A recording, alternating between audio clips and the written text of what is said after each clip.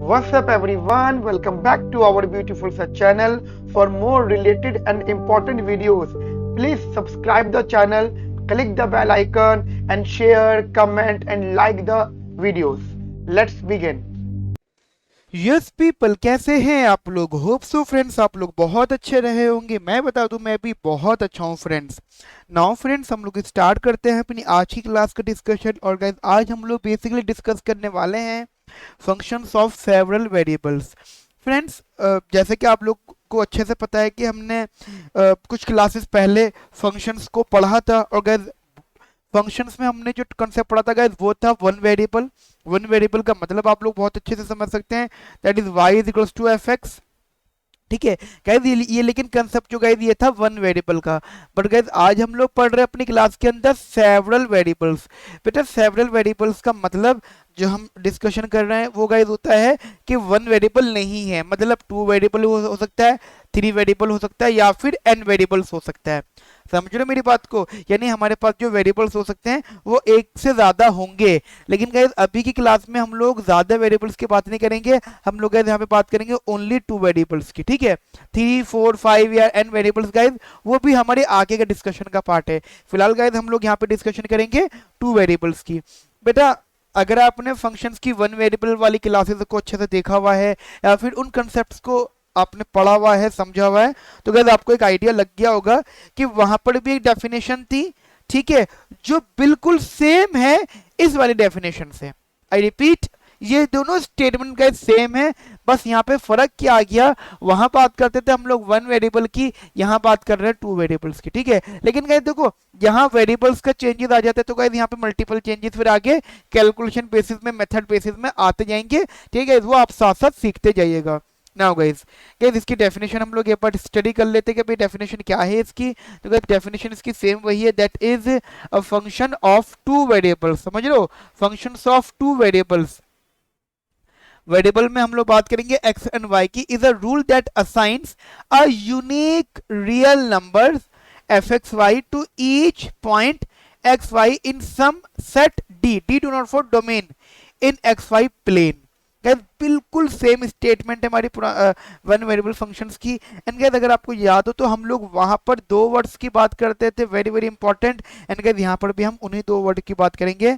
वो दो वर्ड्स हैं गाइस, एक है यूनिक और एक है बेटा ईच। समझ लो, एक वर्ड है बेटा यहाँ पे यूनिक और एक वर्ड है बेटा यहाँ पे ईच। देखो, अगर आपको याद हो वन वेरिएबल वाला कंसेप्ट, तो हम लोग कुछ ऐसी बातें करते थे वहां पर। ये कुछ ऐसे कंसेप्ट बनाते थे, ओवल स्टेप बनाते थे। ये ए होता था, ये बी, मतलब ये हमारा डोमेन और ये हमारा रेंज। हम लोग इधर इसको इससे ज्वाइन करते थे, तो हम लोग ये बोलते थे कि जो हमारा ए और बी की कनेक्टिविटी वो है, वो ईच और यूनिक एलिमेंट्स के रिस्पेक्ट में होनी चाहिए। ठीक है बेटा, वहां पे गाइस हम लोगों ने बहुत डिटेल डिस्कशन किया था। सेम डेफिनेशन बेटा यहाँ पर इसकी है। ठीक है, नाउ गाइस आगे बात करते हैं।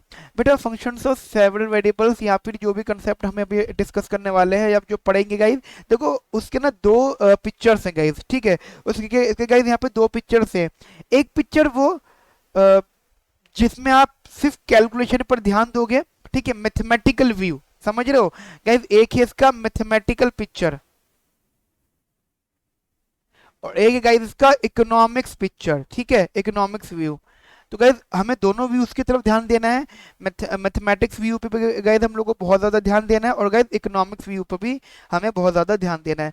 So guys, I am very very interested now कि मैं अभी आपसे इकोनॉमिक व्यू के बारे में डिस्कशन कर लूं कि वो कौन कौन से फंक्शंस होते हैं, वो कौन कौन से प्रेफरेंसेस होते हैं, या कौन कौन से वो टाइप्स होते हैं जिन इकोनॉमिक्स में ये वाला सेवरल वेरिएबल का कंसेप्ट ऐड हो जाता है। यानी कि आप में से बहुत बहुत बहुत सारे स्टूडेंट्स ऐसे हैं जिन्हें बहुत ज्यादा डिफिकल्टी फेस करने को मिलती है कि सर कि इकोनॉमिक्स में मैथमेटिक्स कहाँ कहाँ कैसे कैसे अप्लाई होता है। हम इस बात को लेकर बहुत बहुत ज़्यादा कंफ्यूज हैं बेटा। ये बहुत बहुत सारे बच्चे इस बात को लेकर बहुत ज़्यादा कंफ्यूज होते हैं। तो गाइस, मैं सबसे पहले इकोनॉमिक डिस्कस ही कर रहा हूँ आप लोगों से यहाँ पर। ठीक है बेटा, तो अब हम थोड़ा सा इकोनॉमिक व्यू देख लेते हैं। ठीक है, हम उन फंक्शंस की बात कर लेते हैं जो इकोनॉमिक थ्योरी में अप्लाई किए जाते हैं। ठीक है, ज़रा ध्यान से देखिएगा। तो एक काम करता हूँ, मैं पहले तो इसको हटा देता हूँ, सीधे सीधे हम एक स्टेटमेंट लिख लेते हैं, जिससे कि आपको बहुत अच्छे से चीज़ें क्लियर हो जाएंगी। तो बेटा लिखिएगा यहाँ पे, functions functions of several variables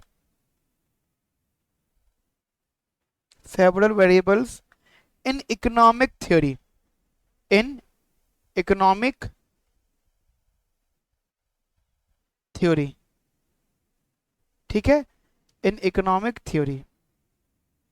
now guys जरा ध्यान से समझिएगा, देखो बहुत बहुत बेसिक तरीके से समझना चीज़ों को, बहुत ज़्यादा बेसिक, यानी गाइस सिर्फ आपको अगर नाम भी समझ ले तो वो भी काफ़ी है। यानी वो फंक्शन जहाँ पे हमारी फंक्शंस ऑफ सेवरल वेरिएबल्स का कंसेप्ट इस्तेमाल होता है। तो सबसे पहली चीज़ है गाइस यहाँ पर, दैट इज डिमांड फंक्शन, ठीक है। डिमांड फंक्शन मतलब demand function the first most economic function जहाँ पे हमारा सेवरल वेरिएबल का कंसेप्ट अप्लाई किया जाता है। यानी क्या देखो सीधे सीधे कंसेप्ट हमारे सामने यहाँ पर ये आ जाता है कि हम लोग बात करते हैं यहाँ पे जैसे कि एक डिमांड है किसी भी कमोडिटी की, मान लो ये एक एक करके बात करते हैं। जैसे कि एग्जांपल हमारी एक यूटिलिटी है, ठीक है। Utility that is equals to utility is a function of X and Y. Just हम लोग मान लेते हैं कि there is a two goods economy, ठीक है। तो एक्स और वाई की वजह से हमारी एक यूटिलिटी डिसाइड होगी, ठीक है। And then after that guys हम लोग डिमांड निकालेंगे एक्स की। तो गाइस ये जो एक्स की डिमांड होगी, this is a function of what, this is a function of prices what ever the, भाई जस्ट एग्जाम्पल में अगर आपको दूं तो ये फंक्शन होगा, जस्ट एग्जांपल ओनली प्राइस का P1 P2 P3 तब होगा जब गाइस हमारे बहुत सारे गुड्स होंगे। अगर हमने मान लिया कि देयर आर टू गुड्स तो हम बोलेंगे P1, ठीक है, एंड साथ साथ इनकम। समझ रहे मेरी बात को गाइस? तो इसे हम बोलते हैं फंक्शंस ऑफ टू या फंक्शंस ऑफ सेवरल वेरिएबल्स। अब समझना सेवरल वेरिएबल में हम लोग यहाँ पे टू वेरिएबल्स की बात कर रहे हैं, ठीक है बेटा, इजी सी बात थी। सेकंड बेटा यहाँ पे सप्लाई फंक्शन। अब सप्लाई फंक्शन में क्या होता है, बहुत इजी सी बात है गाइस, मैं कॉम्प्लिकेट नहीं करूंगा चीज़ों को, बहुत बेसिक तरीके से समझेंगे हम लोग चीज़ों को।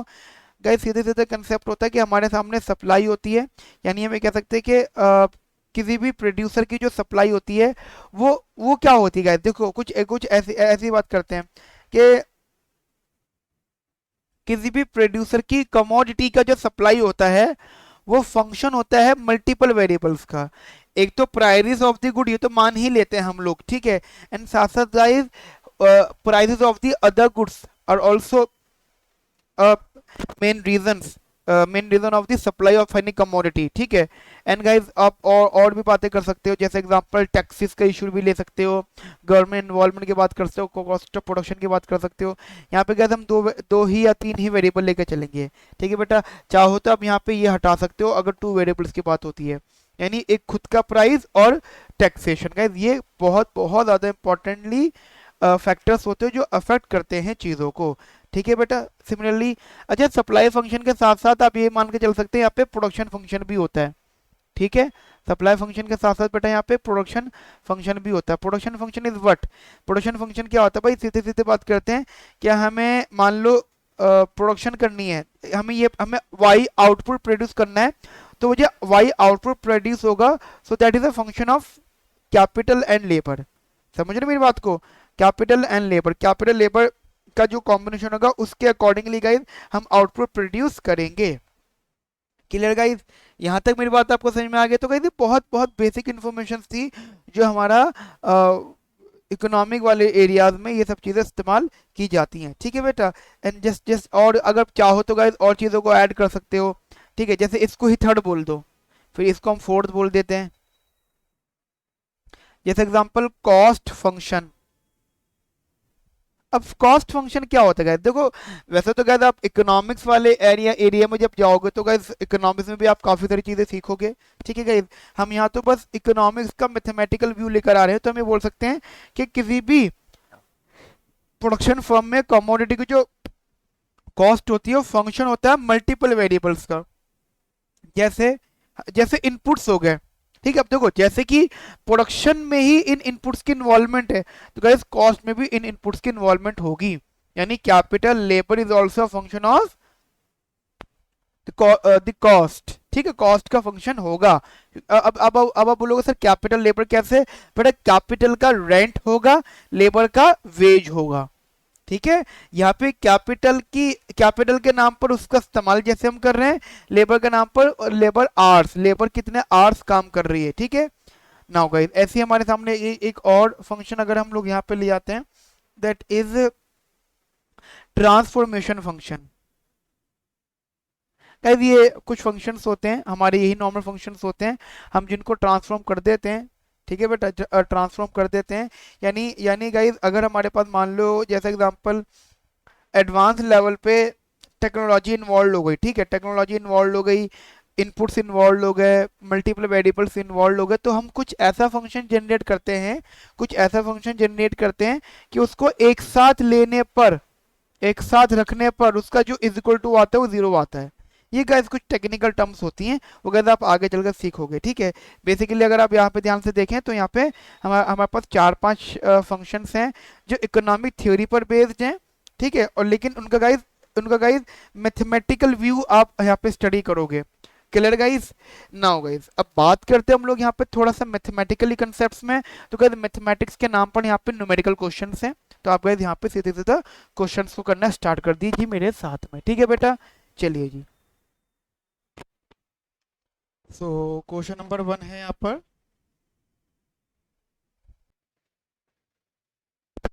सो क्वेश्चन है हमारे सामने बेटा यहाँ पर, that is find the domain, find the domain of the following function, of the following function, ठीक है। गाइज मैं आपको एक बात बताना चाहता हूँ कि ये पेपर पे, ये क्वेश्चन में गाइज आपका पास पेपर में से है, ठीक है, तो जरा ये चीज समझिएगा। अच्छा उसमें एक चीज और बोलते हैं, ऑल्सो फंक्शन के बाद में लिखा हुआ है ऑल्सो ड्रॉ द ग्राफ,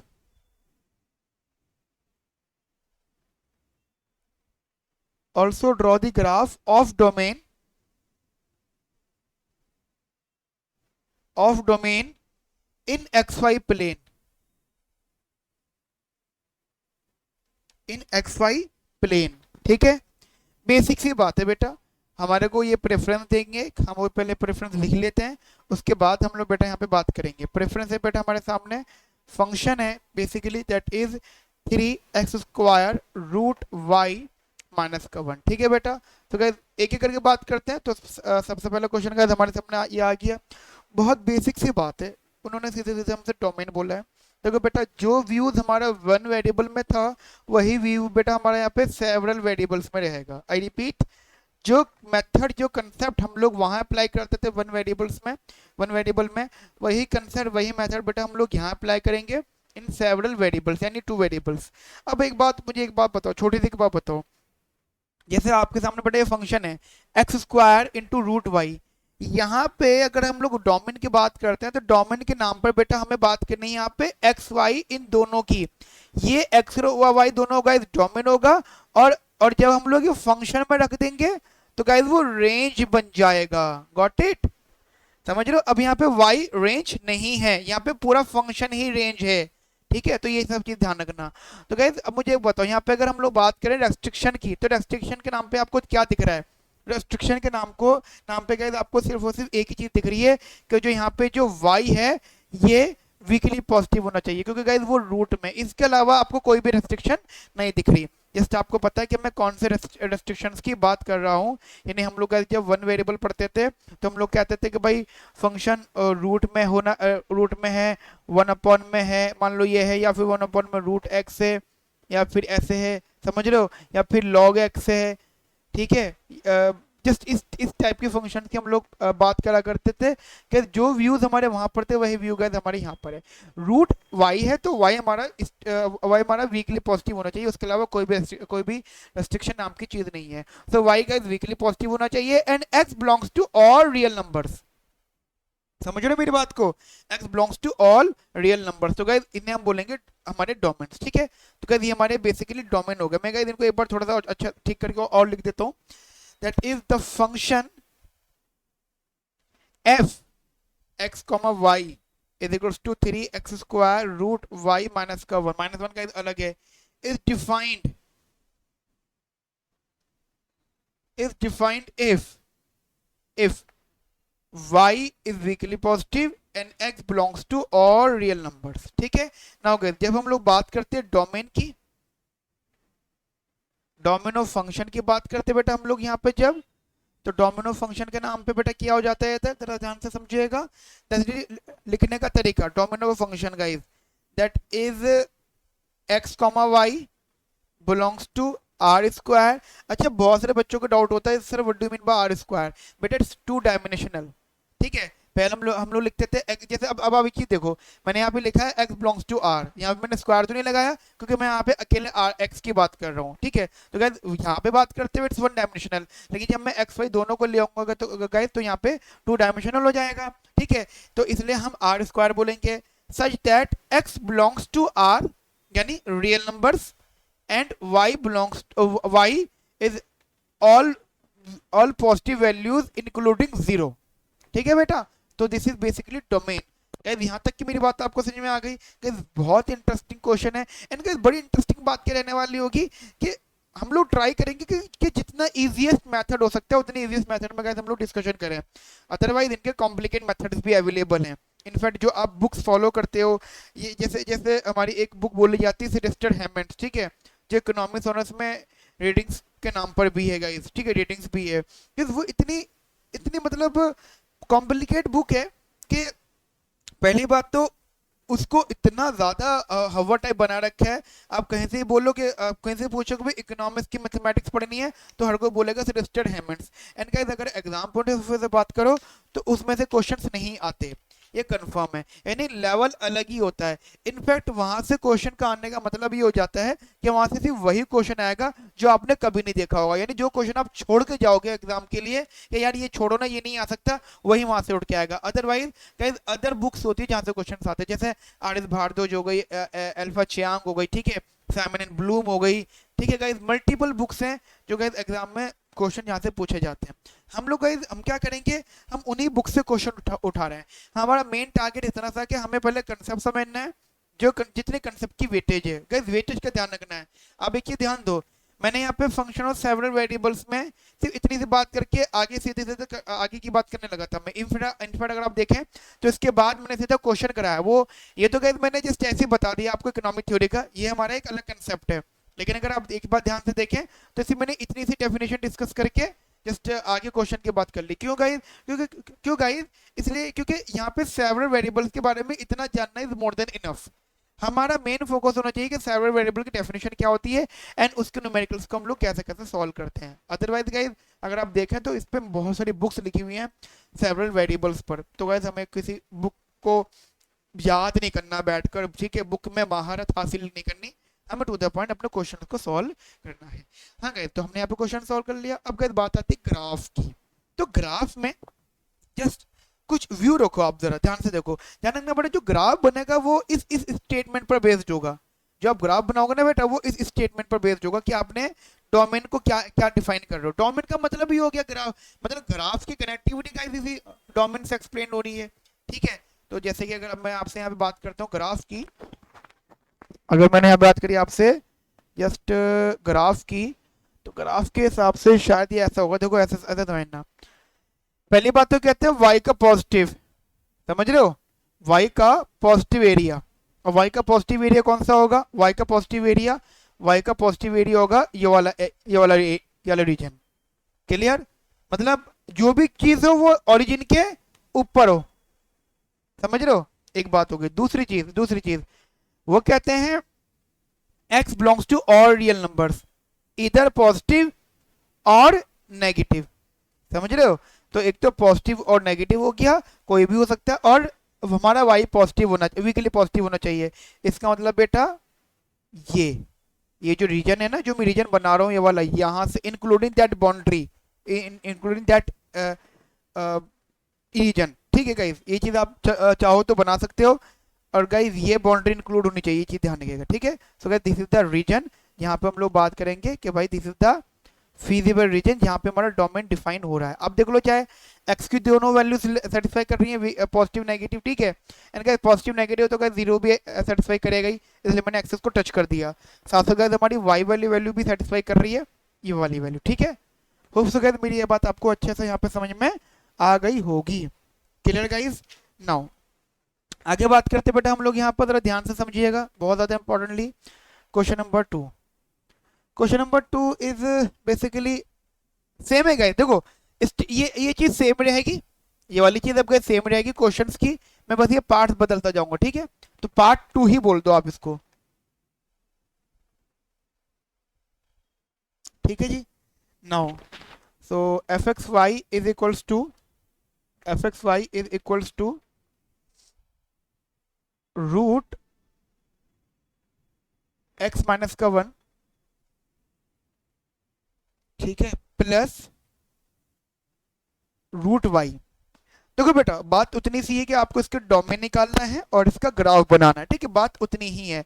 अब इंटरेस्टिंग फैक्ट ये होता है कि आपको बस इसके रेस्ट्रिक्शंस देखने हैं। बहुत इजी मेथड बेटा मैं आपके लिए यूज कर रहा हूँ, कॉम्प्लिकेट नहीं करना चीजों को। क्या करना चाहिए आपको बेटा, आपको इनके रेस्ट्रिक्शंस देखने हैं कि कहाँ पे वो चीजें आपको दिख रही हैं, मतलब कहाँ पे वायलेशंस हो रहे हैं। जैसे एग्जांपल मैं आपको छोटी सी बात करता हूँ, पहले तो वही लिख लेंगे हम लोग, द फंक्शन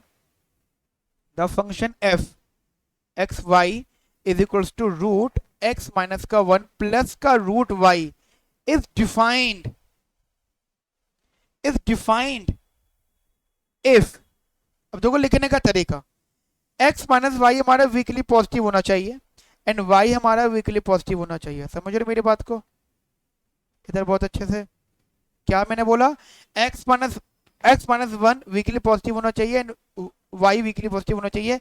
रीजन बिहाइंड, क्योंकि गाइस ये जो चीजें गाइस ये सारी न्यूमरेटर में, समझ लो गाइस, एक एक करके चीजें सीखेंगे न्यूमरेटर में, यानी लिखने का तरीका, और इसको ऐसे भी हो जाएगा, x is weakly positive 1 and y is no doubt weakly positive 0, ठीक है बेटा? अब देखो डोमेन की अगर हम बात करते हैं, डोमेन ऑफ f, तो डोमेन ऑफ f क्या होगा? तो गाइस लिखने का तरीके में ये तो चीज ऐसी आएगी, X Y belongs to R square such that, अब देखो x is weakly more than 1, ठीक है, and y is weakly positive. Logic clear? कैसे समझो कितना इजी कर दिया हमने चीजों को, कॉम्प्लिकेट नहीं करना गाइस। जो क्वेश्चंस कॉम्प्लिकेट वाले होंगे वहां पे अपना दिमाग उसी तरीके से हम लोग लगेंगे, ठीक है? सो गाइस डोमेन बस इतना सा होगा। अगर ये गाइस आपको ऑब्जेक्टिव सब्जेक्टिव में आता है तो सब्जेक्टिव में भी ये लिखना है, ऑब्जेक्टिव में तो और छोटा सा होगा, बस वो इतनी सी बात करेंगे, ठीक है? हाँ गाइस अब देखो इसका ना एक ग्राफिकल व्यू भी है, जैसे कि आप लोग जानते हैं, and in fact guys graphical view आपको आपके आंसर की फ्रेमिंग और अच्छे से करवाता है। देखो ग्राफिकल व्यू देखना आप इसका, ग्राफ में आप कैसे बात कर सकते हो। कंसेप्ट तो इतना सा है कि हमें x को 1 के साथ रखना है, समझ लो इधर, x की कनेक्टिविटी 1 से और y की कनेक्टिविटी 0 से, एंड x हमारा गाइस जैसा वो कहते हैं 1, तो एक बार बताओ कि अगर मैं बोलूँ यहाँ पे, so this is the value of x, so this is 1,0, got it, ये वाला पॉइंट हो गया। एंड एक तो ये हो गया, ठीक है, चलो एक बात हमने रख ली। दूसरा वो कहते हैं y इज पॉजिटिव, तो अगर आप ध्यान से देखें तो हम लोग एक तो अगर आप y के सेंस की बात करें तो एक तो गाइस हम लोग ये वाला अपर रीजन की बात कर रहे हैं, समझ रहे हो? हम ये वाले रीजन की बात कर रहे हैं, इसके आने वाला कोई भी रीजन हो, ये जो हॉरिजॉन्टल लाइन है, ये वाली हॉरिजॉन्टल लाइन जो है, इसके ऊपर का रीजन होना चाहिए गाइस। ये तो बात हो गई y की, लेकिन जहां बात आती है x की, तो x कहता है जी 1 से ज्यादा हो, तो 1 से ज्यादा होने का मतलब क्या हो जाएगा, x के हिसाब से ये रीजन, देखो समझिएगा गाइस, x के हिसाब से ये रीजन, मैं जानबूझ के ऐसे बना रहा हूँ, कलर्स इस्तेमाल करूंगा यहाँ पे, क्या ये x के पॉइंट ऑफ व्यू से चीजें हैं, ठीक है? अब हम बात करते हैं y के पॉइंट ऑफ व्यू से, तो y के पॉइंट ऑफ व्यू से ये हो गई, समझ रहे मेरी बात को? इधर y पॉजिटिव होना चाहिए एंड x 1 से ज्यादा होना चाहिए। अब मुझे ये बताओ कौन सा एरिया वो है जो डबल कलर का है? ऑब्वियस ही बात है ये वाला रीजन। समझ में बेटा मेरी बात आपको? क्लियर? ये बड़ा कर दिया जी हमने इसको। क्लियर बेटा? कितना अच्छा क्वेश्चन और बढ़िया सा आसान क्वेश्चन है, मतलब ऐसे भी नहीं कि बहुत टफ हो, है ना?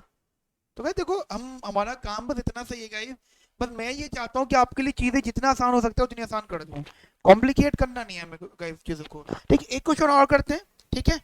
एक क्वेश्चन हम लोग और करते हैं, दैट इज वही वाला गाइस, इसका third part, that is F X Y is equals to F X Y is equals to 2 upon में root x square plus Y square minus का 4 plus root 9 minus X square minus Y square. ठीक है, अब देखो conceptually चीजें समझना। अब आप बोलो सही तो बहुत टफ क्वेश्चन है, और मैं कहूंगा इससे आसान कोई क्वेश्चन ही नहीं है। क्या जी, क्यों नहीं है जी? देखो हमें तो क्या करना है जी, हमें सिर्फ ध्यान रखना है रेस्ट्रिक्शंस का। हमें ध्यान रखना है मेरे बच्चा सिर्फ और सिर्फ रेस्ट्रिक्शंस का। अब बोलो सर कौन कौन से रेस्ट्रिक्शन, तो जरा देख लो। जस्ट ये तो बात आपको पता है कि जो फंक्शन होता है हमारा, the function F X Y is defined if. अब देखो कैसे, पहले जो डिनोमिनेटर में इसकी बात कर लेते हैं।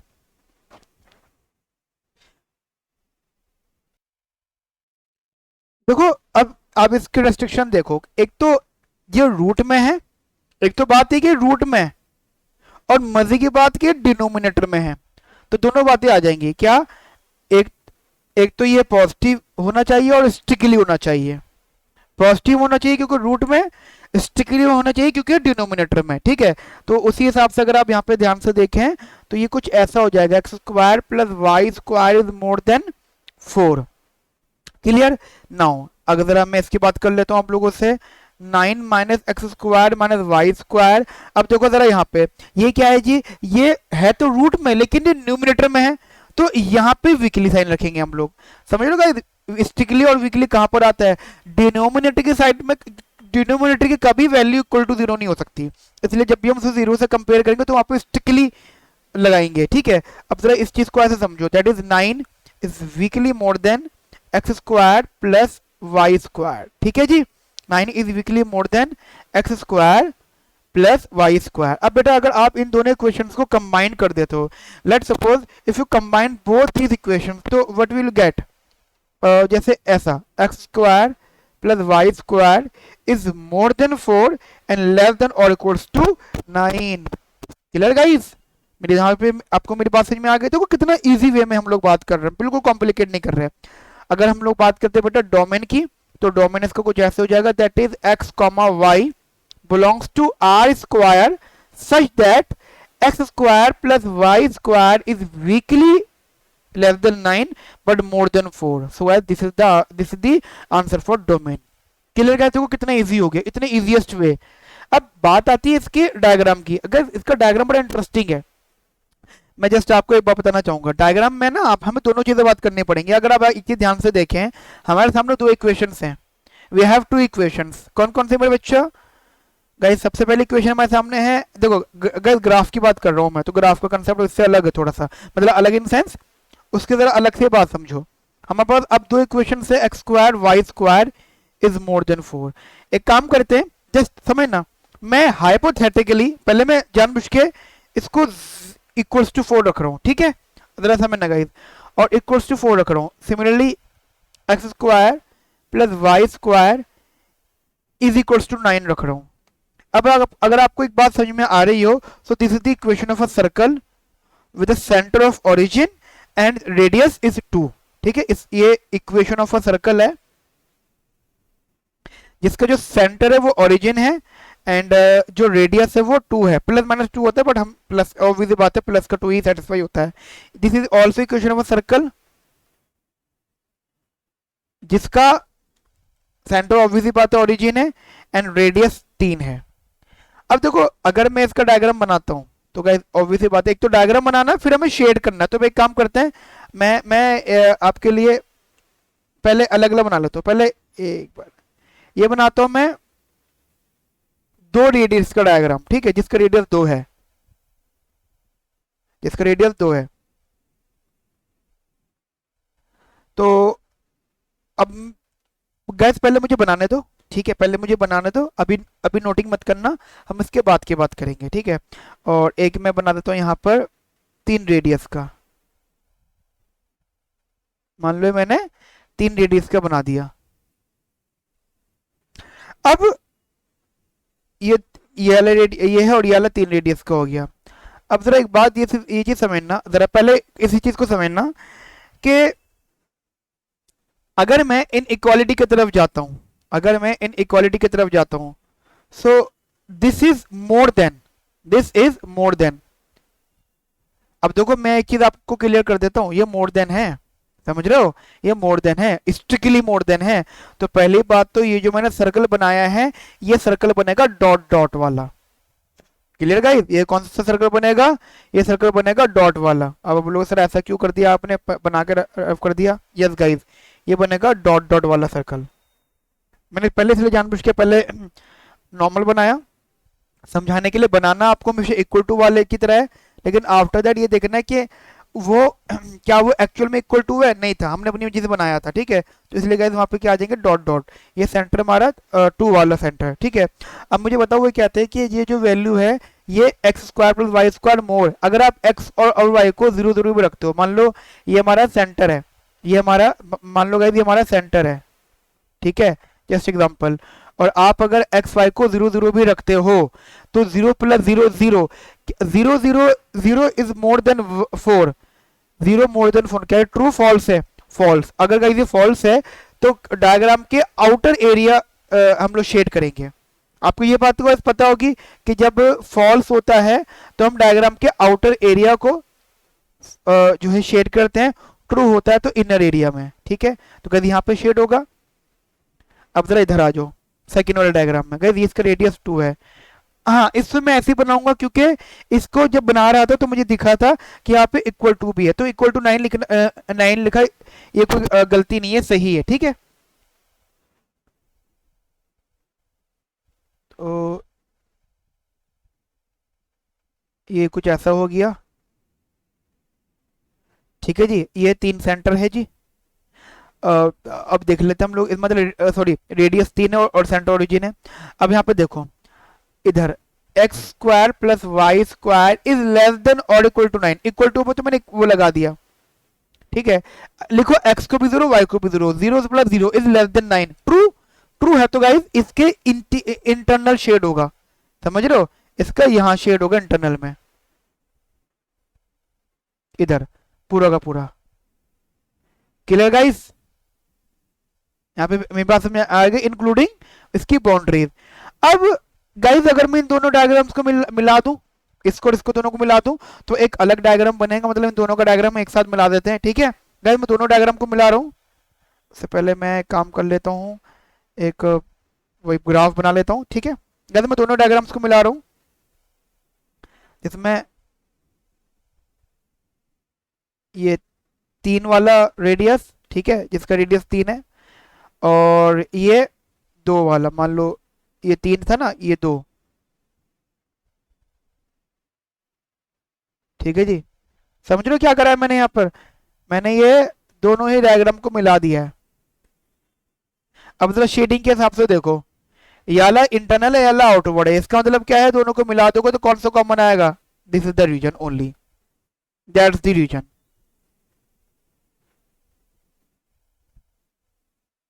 ठीक है बेटा, दैट्स द रीजन ओनली जो यहाँ पे शेड होगा। क्लियर बेटा, ये वाला छोटे वाले सर्कल के बाहर, बड़े वाले सर्कल के अंदर, ठीक है बेटा। तो यहाँ पे हमारा डायग्राम शेड हो गया। तो guys this is the graph, समझ रहे हो कितना इजी हमने वे कर दिया यहाँ पर। तो गाइस आज की क्लास में हम लोग इतना रखते हैं, नेक्स्ट क्लास में बेटा इससे रिलेटेड कंटिन्यूएशन क्वेश्चंस आपको मिलेंगे, ठीक है बेटा। तो मिलते बेटा नेक्स्ट क्लास के अंदर। And guys very very important, जितना भी मैं आपको करवा रहा हूँ बेटा, प्लीज इन सब क्वेश्चंस को एक बार जरूर अच्छे से प्रैक्टिस करो, ठीक है बेटा। और गाइस हमारे पोर्टल पर आपके यहाँ पर असाइनमेंट्स अपलोडेड हैं, सो प्लीज एक बार आप असाइनमेंट्स को भी एक बार देख लीजिएगा, ठीक है। मिलते हैं बेटा नेक्स्ट क्लास के अंदर with the some more new questions. Okay friends, have a nice day, thank you, bye bye, take care.